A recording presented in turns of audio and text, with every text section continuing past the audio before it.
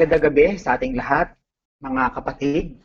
Isang gabi na naman ng paglilingkod sa ating Panginoon sa aspect po ng preaching of the gospel at sa part nyo naman ay ang pakikinig ng salita ng Diyos. At tayo po ay naniniwala na ang gabing ito ay isang gabi na magiging pagpapala na naman tayo sa mga tagapakinig at magiging pagpapala na naman tayo sa ating mga kaluluwa. Bumabati muna tayo sa lahat ng mga kapatiran, mga guest po natin tonight. Patuloy po ang ating mga kapatid sa pag-i-invite through watch party. Grabe po ang mga sumasali sa ating broadcast every night. At salamat po dahil kayo po ay laging nandyan to listen sa mga Bible exposition at sa paghahanap ng mga relevant messages from the pages of the scripture. At I believe ang Holy Spirit ay kumikilos sa ating lahat at tayo po'y pinagpapala. Sa gabi pong ito, ang ating pong magiging Bible passage ay makikita sa Book of John, chapter 1, verse 29 to 34. John 1, 29 to 34. Yun ito po sinasabi ng banal na kasulatan. The next day, John saw Jesus coming toward him and said, "Look, the Lamb of God who takes away the sin of the world.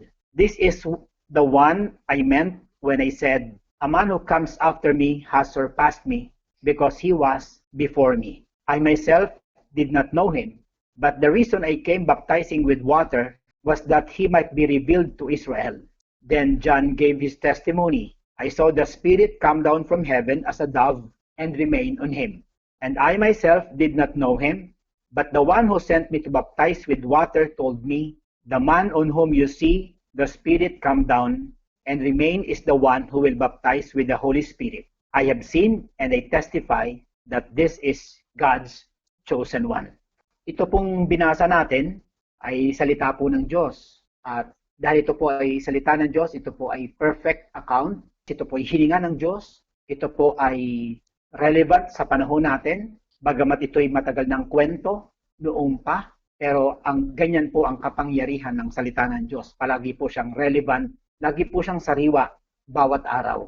So ito pong binasa natin, ang pinaka-title po nito sa NIV ay ganito, Jesus, the Lamb of God. Si Kristo po bilang kordero ng Diyos. Siya po yung tupa ng Diyos. Dito po sa binasa natin mga kapatid ay sa isang tao lang ito tumutukoy. I mean, ang taong pinag-uusapan dito ay walang iba kundi si John na nagkaroon ng meeting kay Jesus Christ. So tingnan po natin mga kapatid, gusto ko munang ipakita sa inyo ang senaryo. Si John po ay nagkaroon ng meeting kay Lord at nagbigay din po siya ng testimony kung sino si Lord sa harapan ng mga tao. Gusto ko munang ipakita mga kapatid ang mga salita ni John the Baptist noong magkita sila ng ating Panginoon. Ang sabi niya sa 29, sabi po dito, "Look, the Lamb of God who takes away the sin of the world." So nang dumating si Jesus Christ, sapagkat ang sabi ng Bible sa verse 29, the next day John saw Jesus coming toward him. So Jesus is approaching at ito ang kanyang sinabi, "Look," sabi niya, "the Lamb of God who takes away the sin of the world." Yan po ay verse 29. Sa verse 30, ay meron pa siyang sinabi tungkol sa ating Panginoon. "This is the one I meant when I said, a man who comes after me has surpassed me because he was before me." So yan po yung pangalawang statement na sinabi ni John tungkol kay Jesus Christ nung sila po ay nagkaroon ng pagtatagpo. At sa verse 31, another statement of John regarding kay Jesus Christ, at ang sabi niya sa 31, "I myself did not know him, but the reason I came baptizing with water was that he might be revealed to Israel." So makikita po natin dito na si Jesus Christ ay hindi nagsasalita. Ang nagsasalita lang ay si John. At doon sa sa mga sinabi ni John, ay marami na po tayong ma-appreciate na mga salita na may kinalaman sa ating Panginoon, kagaya ng He is the Lamb of God, kagaya ng He is the one who will take away the sin of the world, kagaya nung sinabi ni John na He was before me, bagamat physically speaking, mas matanda si John kumpara kay Jesus Christ. Pero ang sabi niya, He was before me. Isa pang matututunan natin na ang ministry ni John na pagbabautismo sa tubig ay may purpose sapagkat yun ang preliminary upang si Jesus Christ ay ma-reveal sa Israel. Remember, si John the Baptist ay forerunner. Siya po yung speaker, parang tagapaghawan ng dadaanan ng ating Panginoong Jesus. Pumunta po tayo sa second level. After the meeting, ay nagbigay po si John ng testimony. Verse 32, at itong kanyang testimony, I saw the Spirit come down from heaven as a dove and remain on him. Yan po ang testimony ni John tungkol sa ating Panginoon sa verse 32.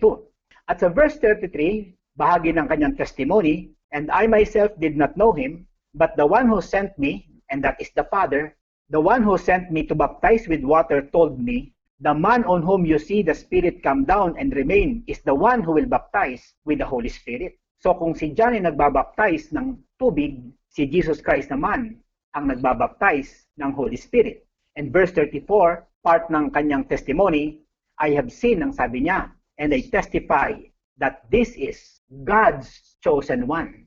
So mga kapatid, yung 34 ay parang conclusion ni John the Baptist kung sino talaga si Jesus Christ. Kaya po, makikita po natin na napakaganda po ng passage na ito. Ang binasa po natin ay 6 verses. At ito po ay may kinalaman sa meeting ni John the Baptist kay Jesus Christ at dun sa kanyang testimony tungkol naman kay Jesus Christ. Ngayong gabi, mga kapatid, after I told you the scenario, the content of the passage that we just read just a while, pupunta tayo sa ating pinaka-topic for tonight. Very interesting ang topic na ito, pandemic season, a positive route to spiritual recovery. As you all know, kung kayo po ay nakinig sa akin last night, this is part 2. At kagabi po ay napakaganda rin ng ating discussion. Para po sa ating mga guests tonight na first time nyo pong narinig ang aking pong pagtuturo, para masundan nyo po ang part 1, yan po ay nasa YouTube at pwede nyo pakinggan. Pasok po kayo sa YouTube at hanapin nyo po ang aking pong channel, Jim Gustilo, at makakatulong po yon para ma-connect nyo po yung topic ngayong gabi dun sa topic ko last night. Ang aking question sa gabing ito ay ganito, what are the positive routes to spiritual recovery? Okay, alam natin na may pandemic nowadays, mga kapatid, at ang aking pong iginigiit ay pwede pong ang pandemic season na ito ay mga positibong ruta para magkaroon po tayo ng spiritual recovery. Alam kong marami po sa atin ang nangangailangan ng recovery. Kagaya ng sinabi ko last night, nung magkaroon ng pandemic, matindi po ang recovery. Maraming testimonies. Ang hangin ay gumanda, ang dagat po ay nagsimulang mag-blue, ang mga tabing dagat ay luminis, at ang forest po ay naging maganda, at ang alikabok ay nawala. Maraming mga recoveries. At ito yung panahon na tinitingnan ko rin na pwede rin tayo magkaroon ng spiritual recoveries sa panahon ito ng pandemic. At yan ay magaganap kung maiintindihan po natin ang sinasabi ng salita ng Diyos. So samahan niyo po ako sa unang punto na aking nakita dito sa aking pinapaliwanag o pinipreach. Ang number 1 po, see Jesus as the Savior of the world. Tingnan po natin na si Jesus ay tagapagligtas. Yan po ang gustong-gusto kong maibahagi sa inyo sa gabing ito. Tingnan po natin si Jesus na tagapagligtas. Okay, kung gusto po natin mga kapatid ng spiritual recovery, hindi lamang po personal natin, kundi maging sa mga tao sa ating paligid, tingnan po natin si Jesus na tagapagligtas. Meron po akong babasahing Bible verse na makakatulong para maintindihan po natin kung sino si Jesus. Ang sabi po ng John 3:16, for God so loved the world that He gave His one and only Son, that whosoever believes in Him shall not perish but have eternal life. Ang nakasulat po doon ay, for God so loved the world. So ganun na lamang ang pag-ibig ng Diyos. Yung pong world dito, hindi po yan tumutukoy sa cosmos. Yan po'y tumutukoy sa mga tao na kanyang minamahal, na kanyang ibinigay ang kanyang bugtong na anak. Alam niyo mga kapatid, kahanga-hanga po ang plan of God pagdating sa salvation. Masyado po akong impressed sa topic na yan. Alam natin sa Genesis pa lang, nagkasala na po ang tao sa Genesis chapter 3. Pero makikita natin sa verse 15 ng Genesis chapter 3 na ipangako na agad ng Diyos Ama ang kanyang anak na si Jesus. So mula noon ay nandun na po ang proseso na darating po si Lord. Nagkaroon ng mga prophecies, ng mga hula na darating ang ating Panginoon at exactly dumating si Lord sa New Testament. Siya'y ipinanganak, nagkatawang tao, ipinanganak at namatay upang tubusin tayo sa ating mga kasalanan. Mga kapatid, para magkaroon po tayo ng tinatawag na spiritual recovery, kailangan ay ma-repair din natin yung ating isip. Sapagkat baka iniisip ng marami sa atin na yung buhay natin ay para sa ating sarili. Baka hindi po natin na ilalagay sa tamang framework ang ating isip, hindi po natin nagiging mindset ito. Na ang buhay pala is all about salvation. That ang buhay pala natin is all about the coming of Jesus Christ. Na siya'y naparito para iligtas tayo. Tayo po mga tao, parang naipapamuhay natin yung ginawa nila Eva at Adan noon. Na sila po ay nag-deviate sa kalooban ng Panginoon. Ang sabi ng Diyos, huwag niyong kakainin, kinain naman. Huwag niyo itong hihipuin, hinipo naman. So mga kapatiran, ngayong gabi, para magkaroon tayo ng route to spiritual recovery, baguhin po natin yung ating mindset. Kinakailangan ay mag-stick sa isip at puso natin ang Panginoon bilang tagapagligtas ng sanglibutan. At makikita na natin ang puso ng Diyos. Imagine, the Bible said, God the Father sent the Son, ang sabi rito, ang kanyang kaisa-isang anak, at ang sino mang sumampalataya. Yun ang goal natin. Kung gusto natin ng spiritual recovery, itong mindset na ito ay ilagay natin sa ating mindset, sa ating puso, na si Jesus ay dapat nating i-promote upang ang mga tao ay magkaroon ng pananampalataya at magkaroon din sila ng kaligtasan na katulad natin. Pangalawa, mga kapatid, si Jesus as led by the Spirit. So makikita po natin dito sa verse 32 ang katotohanan yan. Sa verse 32, ang sabi po dito, Then John gave his testimony, I saw the Spirit come down from heaven as a dove and remain on him. Makikita po natin dito na nandyan si Jesus Christ, pero meron pang isang persona na dumating sa kanya. At yan ay ang Holy Spirit na ang itsura po ay dove.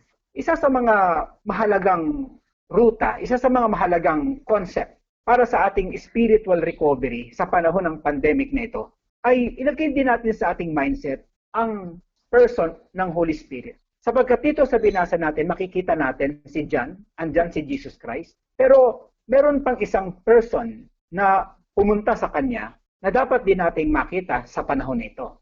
Huwag laging COVID ang ating i-master. Huwag laging kung ano ang gamot sa COVID. Huwag laging kung paano makakaiwas sa COVID.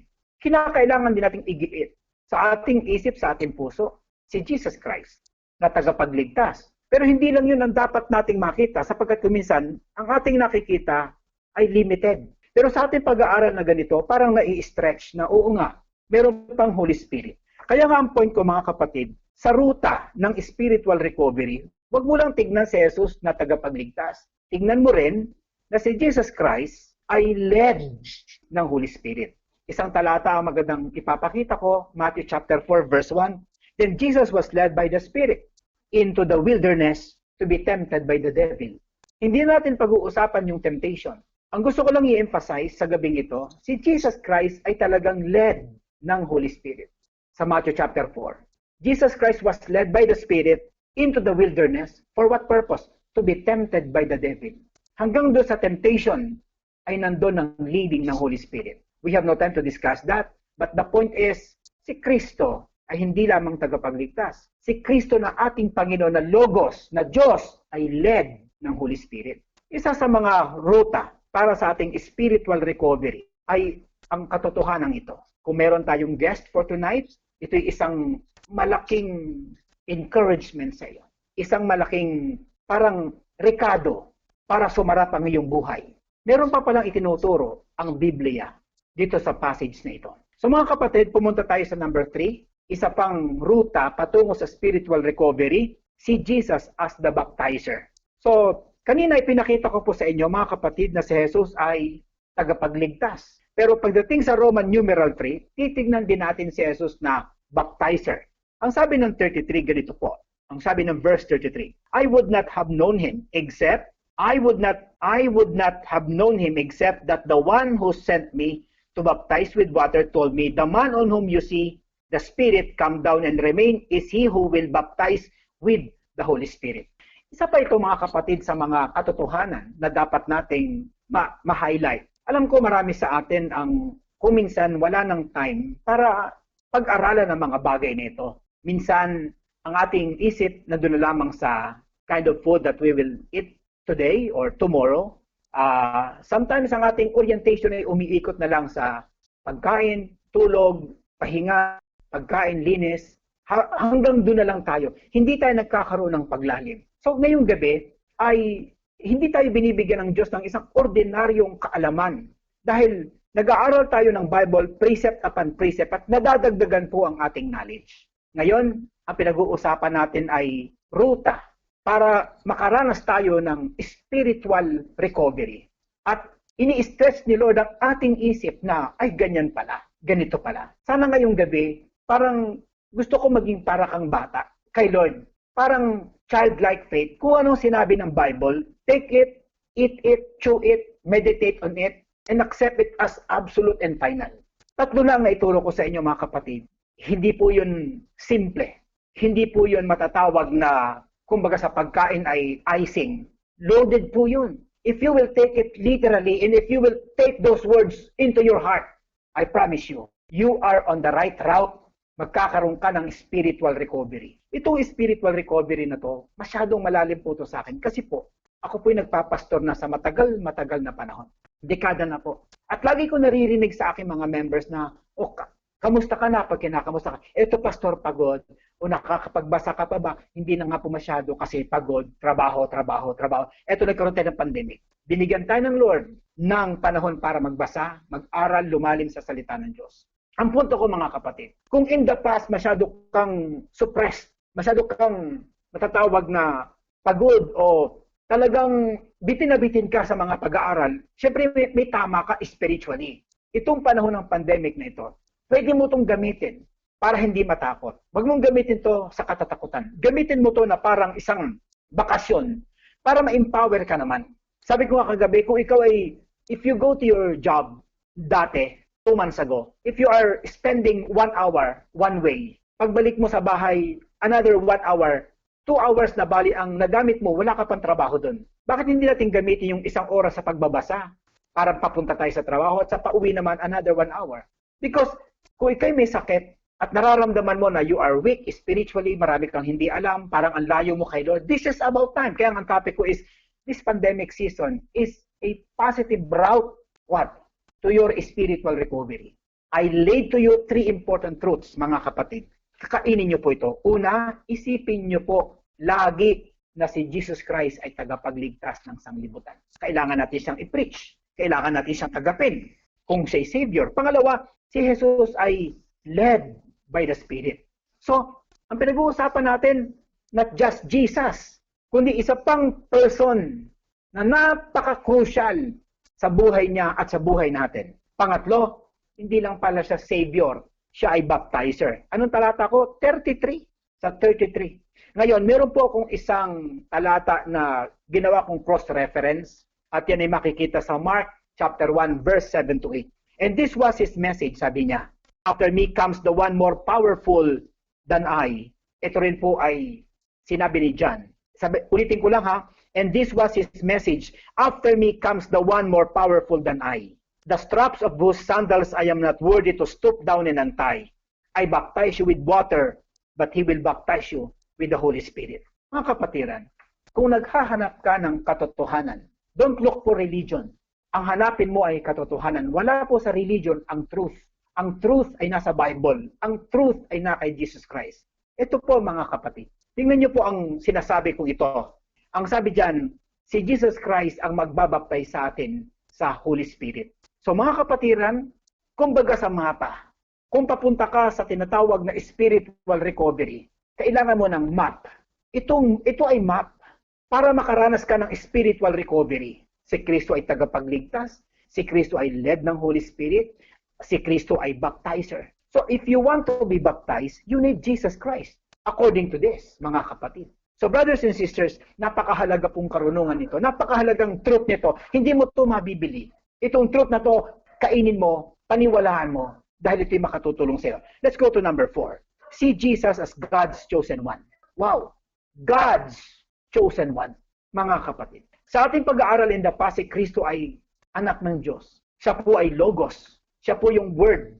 Siya po yung nagkatawang tao. Siya po yung salita ng Diyos. Pero dito, another presentation na naman. Talagang napakayaman po ng ating Panginoong Jesus. Sinasabi dito that Jesus is God's chosen one. Yan po yung makikita sa verse 34. Babasahin ko ang 34. I have seen, sabi ni John, and I testify that this is the Son of God. Yun po yung another translation. Pero sabi po doon sa ibang translation, God's chosen one. Alam nyo, hinanap ko po yung cross-reference nito. Nakita ko po sa Matthew chapter 12. At sa Matthew chapter 12, mga kapatid, ganito po ang ating makikita. Yung pong segment, yung sa Matthew chapter 12, verse 15, ang title po ay God's chosen servant. At makikita po natin dito sa verse 18, yung mga salita na quoted naman sa Book of Isaiah. Book of Isaiah. Ibig sabihin sa Book of Isaiah, sinabi na talaga kung sino yung God's chosen one. Hindi lang sinabi yung eksaktong pangalan na Jesus Christ, pero nagkaroon ng katuparan lahat sa Panginoon. Tingnan niyo po ang nakasulat dito sa Matthew chapter 12 na quoted sa aklat po ng Isaiah. Basahin ko po. Aware of this, Jesus withdrew from that place. Many followed him and he healed all their sick, warning them not to tell who he was. This was to fulfill what was spoken through the prophet Isaiah. Here is my servant, ang sabi sa Isaiah. Here is my servant whom I have chosen. So may pinili ang Diyos. The one I love, yung pala si Jesus Christ na kanyang kaisa-isang anak, in whom I delight.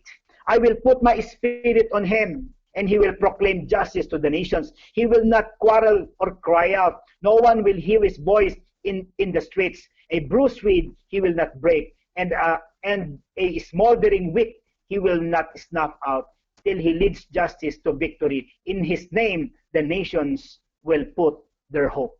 So yan po, mga kapatid. Binasa ko po ang Matthew chapter 12 bilang suporta sa Genesis chapter sa John chapter 1 verse 34. Na sinasabi sa 34, mga kapatid, na I have seen and I testify that this is God's chosen one. Yung God's chosen one doon ay si Jesus Christ. Yan pala ay hula na sa aklat pa lang ng Isaiah.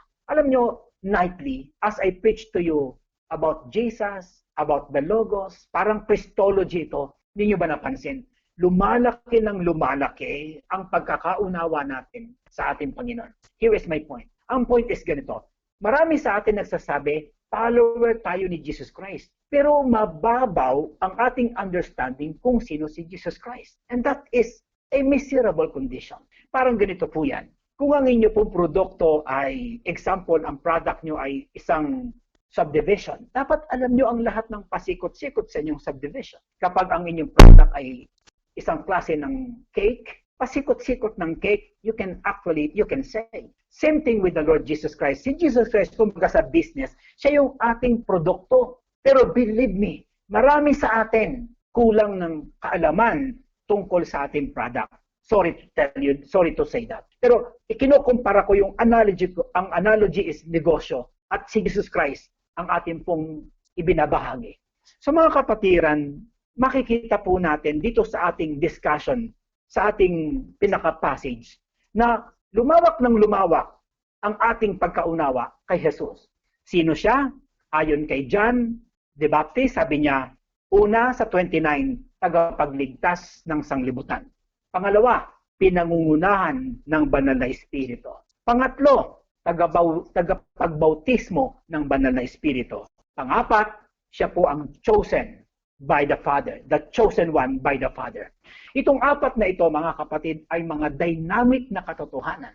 At pwede nating kunan ng mga spiritual gem para mapunta tayo doon sa route ng spiritual recovery. Kung ngayong gabi, gusto mong makaranas ng recovery, kagaya ng mga COVID patients, mga kapatid, Di ba maraming COVID patients ngayon na sinasabi na, uy, ang dami ng recoveries natin. Talagang nagpapalakpakan ang mga frontliners, doctors, yung mga hospital, yung mga nurses, maging ang mga mahal sa buhay because of the recoveries. Para sa akin, ako po bilang pastor na nagpipreach nightly, masarap ding marinig ko na nagkakaroon tayo ng mga spiritual recoveries. Nagkakaroon tayo ng spiritual recoveries na mula nung ako'y mag-preach, mga kapatid, 1 buwan na mahigit po ako nagpipreach nightly. Gusto ko ring marinig ang mga patotoo ng mga kapatiran na nakaranas ng spiritual recoveries dahil sa kanilang pakikinig ng salita ng Diyos. Now, let's go to the summary. Ang summary ko po, we understood again kung sino si Jesus Christ sa ating passage. At nakita natin ang kanyang mga traits, ang kanyang mga katangian na magiging ruta natin patungo sa ating spiritual recovery. So mga kapatid, ngayong gabi, magbibigay po ako ng 4 na propositions. Una mga kapatid na proposition para talagang makaranas tayo ng spiritual recovery ay ganito po. Join with Jesus and be His evangelist. Di ba mga kapatid, nakita natin kanina na si Kristo ay tagapagligtas ng buong sanglibutan? Siya po ang tagapagligtas nating lahat. Yan po ang yan ang dahilan kung bakit siya nagkatawang tao. There is no other reason why Jesus sent by the Father to be the Savior. Now that we understood that, and right now, nasa puso natin yung truth na yan, ang aking suggestion ay ganito mga kapatid, join with Him and be one of His evangelists. If you believe that Jesus is the Savior, anong gagawin natin? Ilalagay ba natin yung truth na yan sa cabinet? Itatago lang ba natin yung truth na yan sa ating isip? Ilalagay lang ba natin yung truth na yan bilang sticker sa ating mga kotse? Or tonight, gusto mo rin magkaroon ng spiritual recovery ang iba? Be one of God's evangelist tonight. Mangako ka. Mga kapatid, alam nyo, maraming tao ang naniniwalang si Kristo ay tagapagligtas. Pero wala naman silang ginagawa upang malaman ng mga tao na si Kristo ay tagapagligtas. Marami rin tayong kasamahan sa simbahan na naniniwala na ang gospel ay nasa Bible, na ang gospel ang pag-asa ng mga tao. Pero wala silang ginagawa para ikalat ang gospel ni Jesus Christ. So tonight, mga kapatid, gusto ko sanang ikayatin kayong lahat. Let's go back to the ministry of the Lord Jesus Christ. Kung si Kristo na tagapagligtas mo ay tagapagligtas ng iba, be one of God's evangelists. Be one of God's workers. Para makatulong ako ng higit, mga kapatid, gusto kong basahin ang ilang verses sa Matthew chapter 9, verse 35 to 37. Tingnan niyo po ang nakasulat dito. Jesus went through all the towns and villages, teaching in their synagogues, proclaiming the good news of the kingdom, and healing every disease and sicknesses. When he saw the crowds, he had compassion on them because they were harassed and helpless, like sheep without a shepherd. Dito po makikita natin, mga kapatiran, if you want ministry, ito na po. Ito yung totoong-totoo sa ating kapanahunan. Naranasan ni Jesus Christ ito na ang mga tao ay may sakit, mga pagod. Ang mga tao ay parang mga tupa na walang pastol. Pag walang pastol, siyempre kumakalat sila. May mga sakit, walang nagpapakain. So mga kapatid, ganyan-ganyan din ang sitwasyon natin ngayon. Dito lang sa Pilipinas, mahigit tayong 100 milyong tao. At ang marami dyan mga kapatid ay talagang walang relasyon sa ating Panginoon. Now it's harvest time. So kinakailangan tayong lahat ay magbigay ng tinatawag na commitment para maging isa sa kanyang mga evangelist. Maraming paraan, mga kapatid. Bigyan ko po kayo ng isang halimbawa. Maraming ngayon ang may sakit. Mag-offer po kayo ng prayer. Pwede mong sabihin sa iyong kamag-anak na may sakit, sa isang pinsan mo na may sakit, isang tito mo na natatakot, mag-offer ka ng prayer. Sabi mo sa kanya, tito, tita, pwede ba akong tumawag? O pwede ba tayong mag-video call? Ipagpipray ko po si tito, si tita. Mga kapatid, walang tumatanggi sa prayer. At kapag nag-offer tayo ng prayer, talagang nakakatulong tayo sa ating maliit na pamamaraan. But at least, andun ka at nagsasabi, Lord, use me. I want to pray for someone. Mga kapatid, kung gusto mo na makapunta ka sa tinatawag na ruta ng spiritual recovery, ganoon din naman ang iba. Kung ikaw ay nakakaranas ng recovery, yung iba din through you. Okay, pangalawa mga kapatid. Pangalawang proposition ko ay ganito, imitate Jesus and be led by the Spirit. Imitate Jesus and be led by the Spirit. Ang focus ko naman dito mga kapatid ay ganito po. kinakailangan maintindihan natin ang Holy Spirit. Ang papel ng Holy Spirit sa buhay natin. Makikita po natin sa gospel, ipinakita yan ng gospel na si Kristo, ang kanyang pinaka-closest companion sa kanyang ministry, ay walang iba kundi ang Holy Spirit. And I'll give you 2 verses, mga kapatid. John 15:26, ang nakasulat dito. When the advocate comes, yung advocate is the Holy Spirit, whom I will send to you from the Father.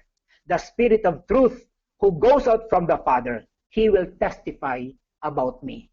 Okay, mga kapatid, what is my point here? Ipinapakita ko lang dito, mga kapatid, na ang closest advocate, ang pinaka-closest companion ni Jesus Christ ay ang Holy Spirit. Now, ilapat natin yan sa ating buhay. Na kung gusto po natin ng recovery, spiritual recovery, kinakailangan, meron ding malaking papel ang Holy Spirit sa atin, o meron din tayong pakikipag-relate sa Holy Spirit, o meron din tayong pakikipag-usap sa Holy Spirit. Kagaya ng ipinakitang example ng ating Panginoon. Same principle and same truth ang dapat nating ituro sa ibang tao as we evangelize, mga kapatid. Sapagkat kinakailangan mabuksan natin ang bawat domain ng katotohanan ito.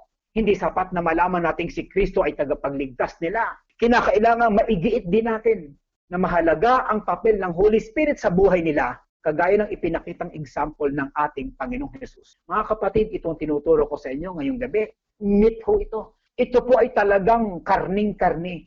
Pero ito ang katotohanan. Walang bawas, walang kulang, mga kapatid. Tinuturo ko sa inyo, precept upon precept, ang katotohanan na dapat nating ma-internalize tonight. Why? Because we're talking about not a simple dream or a simple goal. Our goal is to go to the route of spiritual recovery. Not just your recovery, but someone's spiritual recovery. So ipakita natin si Kristo ay Diyos, tagapagligtas, maging evangelist tayo ni Lord. Pero ipakita rin natin yung concept na si Kristo nung nasa lupa, He was led by the Spirit. At talagang pinopromote niya ang Holy Spirit.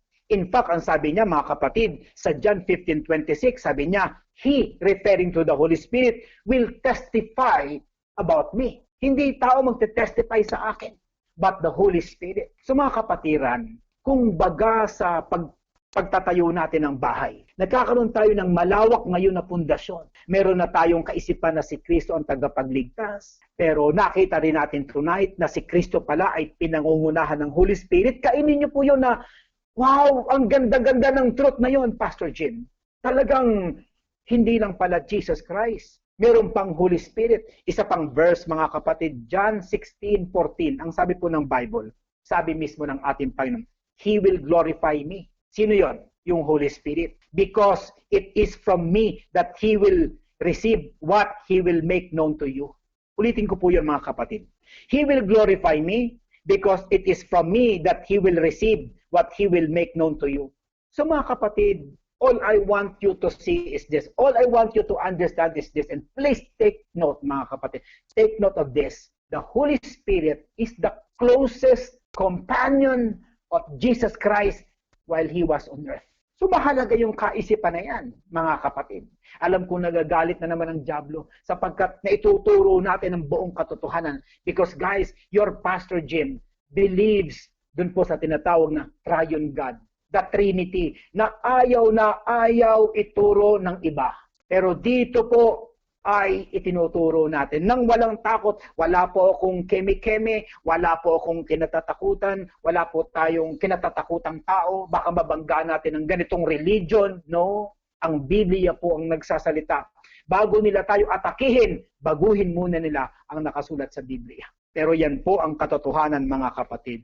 Alam nyo, sabi nga ni John Calvin, as John Calvin says, if the other gospels show us Jesus' body, it is John's gospel that shows us his soul. Kung sa ibang gospel daw ipinakita ang kanyang katawan, pero sa Book of John, ipinakita naman ang kanyang kaluluwa. At ang kanyang kaluluwa ay ang banal na espiritu na kanyang kasama every single day. Number 3, mga kapatid. Pangatlong mga route patungo sa tinatawag nating recovery, be baptized by Jesus and live as one truly baptized. Di ba pinag-aralan natin kanina? Ang sinasabi ng Bible na si John ay tagapagbaptize sa tubig. Pero si Jesus Christ naman ang magbabaptize doon po sa Holy Spirit. So mga kapatid, basic question, paano mo malalaman na ikaw ay may Jesus? Meron kang Holy Spirit. Pero para malaman mo naman na meron ka talagang Holy Spirit, ikaw ay baptized ng Holy Spirit. Para malaman mo ikaw baptized ng Holy Spirit, you have the fruit of the Spirit. Okay, expand pa ho tayo ha.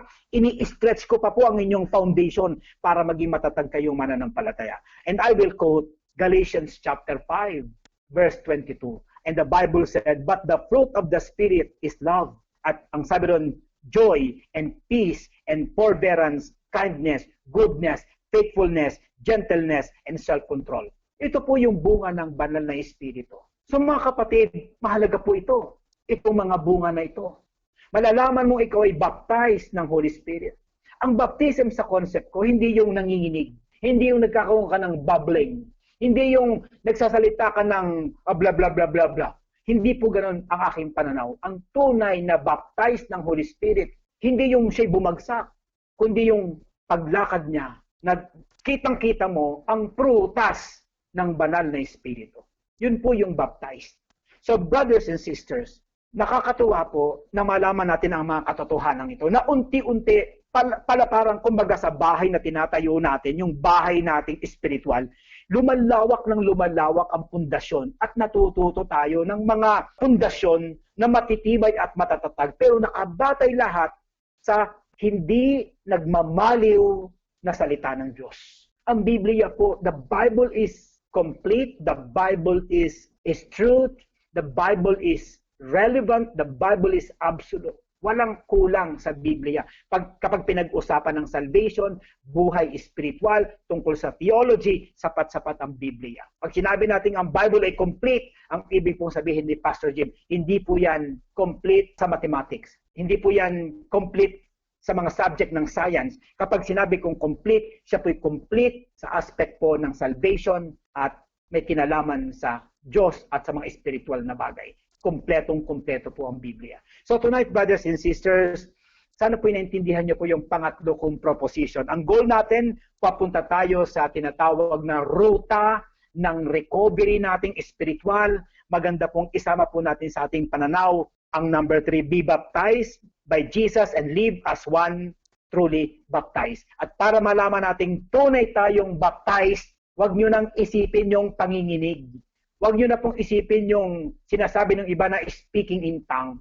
Huwag nyo na pong isipin yun. Isipin nyo po, meron ka bang fruit of the Spirit? Because for me, yun ang tangible, yan ang pinaka-solid na resulta para malaman mong ikaw ay baptized ng Holy Spirit. Kapag meron ka ng love, itong joy and peace, itong fruit of the Spirit na ito. Napakahalaga po niyan.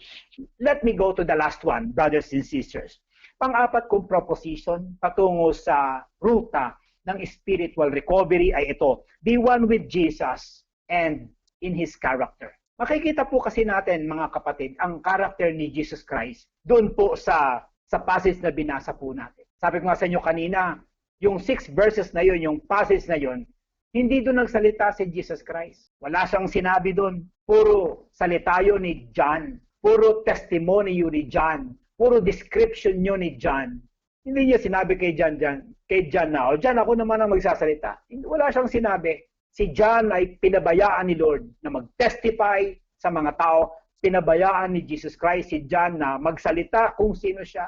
Hindi siya nag-epal. Wala siyang sinabi. Makikita po natin ang kanyang character. Makikita po natin ang kanyang kalooban na napakababa.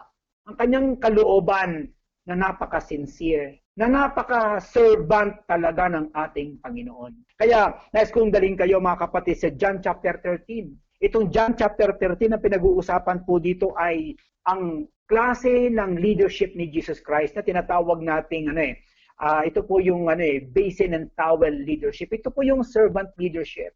Makikita po natin dito kung paano niyang hinugasan ang paa ng kanyang mga disciples. Mga kapatiran, napakaganda pong tularan. If you want to take the route sa tinatawag nating route to spiritual recovery, baka isang bagay pa to na dapat din nating silipin sa buhay natin. Baka hindi tayo mahilig maglingkod. Baka ang gusto natin, tayo ang pinaglilingkuran. O baka yung ugali natin ay hindi ayon sa ugali ng ating Panginoon. Baka ang iba sa atin gusto maging hari, ayaw maging servant. Gustong nasa taas at ayaw niyang nasa ibaba. Mga kapatiran, malaking sagabal po yan sa ating spiritual recovery. Kung tayo po'y mataas, hindi po yan tama. Ang gusto ng ating Panginoon ay servanthood. In fact, ang mga pastor ay servants. Ang mga leaders ng church ay servants. Hindi po yan position. Yan po ay paglilingkod. Kaya nga, maraming tao ang hindi kayang tanggapin ang spiritual kind of leadership. Dahil ang nature ng leadership sa simbahan ay paglilingkod, mga kapatid. So yan po, mga kapatiran, ang gusto kong ibahagi sa inyo tonight. Sana po ang ating pong naging discussion o naging pag-aaral ay talagang nakatulong po sa inyo ng malaki. Anong pinag-uusapan natin ngayong gabi? Ang pinag-uusapan natin ay ganito. Sa panahon ng pandemic na ito, sa panahon na ito na tayo po ay may lockdown, sana po ay samantalahin natin. Sana po ito ay maging daan patungo sa inyong spiritual recovery. At hindi lamang spiritual recovery mo, kundi spiritual recovery ng iba. Marami dyan ang may sakit spiritually. Marami dyan ang lost spiritually. Many of them are blinded. Many of them are lost. So, tulungan din natin sila. Ngayon, ikaw naman kapatid, baka nakikinig ka at wala ka pang tunay na relasyon kay Kristo. Ikaw ay kulang ng katotohanan. Nagkaroon ka ng realization ngayon that you need God, you need the Holy Spirit, you need the Bible, you need a congregation na tutulong sa iyo spiritually. Sa gabing ito, pwede ka magsimula. Nandito kami to support you, to give you spiritual assistance. So yan po mga kapatid. So salamat po sa ating Panginoon, salamat po sa ating Diyos sa nangyari sa atin ngayong gabi. Salamat po ng maraming na tayo po ay nakapag-aral na naman ng salita ng ating Panginoon. So tayo po ay manalangin sa ating pong pagtatapos. Samahan niyo po ako sa ating closing prayer. At sa prayer na ito, I'm sure lalo po nating maililibing sa ating puso, mai-internalize sa ating puso ang kanyang mga salita. So join with me as I pray, as I close this online preaching through sa pamagitan ng isang closing prayer. Salamat, Lord, sa gabing ito na you have given us, Lord, a great and wonderful opportunity to listen to your words, to understand your ways, to see the beauty of your words.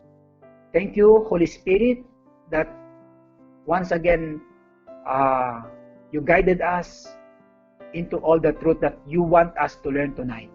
I pray for people, Lord, especially those who are new in the faith, those people who are looking for truth. Lord, I pray for them that, please, Lord, instill in their hearts the hunger for the word.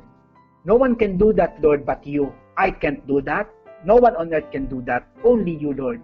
So, Lord, I preach the word, but I pray that you instill in their hearts the hunger and thirst for the words of God para lalo silang sumunod sa ginagawa po naming nightly online preaching. Panginoon, I did my part. Please do your part. I know na we are completely nothing. We are completely useless without you, Holy Spirit, na kikilos sa aming kalagitnaan. Salamat, Lord, sa gabing ito. I pray na lahat ng words na itinuro ko ngayong gabi with seriousness, Lord, I pray that you will instill that, the message of God sa puso ng bawat isa, at doon ay magkaroon ng healing ang bawat isa sa kanila, spiritually speaking. Tonight, Lord, salamat po that you led us to the positive routes, Panginoon, of the spiritual recovery. Salamat sa pandemic na ito na nagkaroon kami ng intimacy with you. Salamat sa pandemic na ito na naging dahilan para magkaroon kami ng spiritual recovery. Panginoon, salamat po. Ibinabalik ko po sa inyo ang lahat ng papuri, lahat ng pasasalamat, lahat ng pagkilala. Ito po ang aking samot panalangin sa napakatamis na pangalan ni Jesus. Ito po ang prayer namin collectively. In Jesus' name we pray. Amen and amen. Praise the Lord po. Praise God. Salamat po sa ating Panginoon. Thank you po. and good night.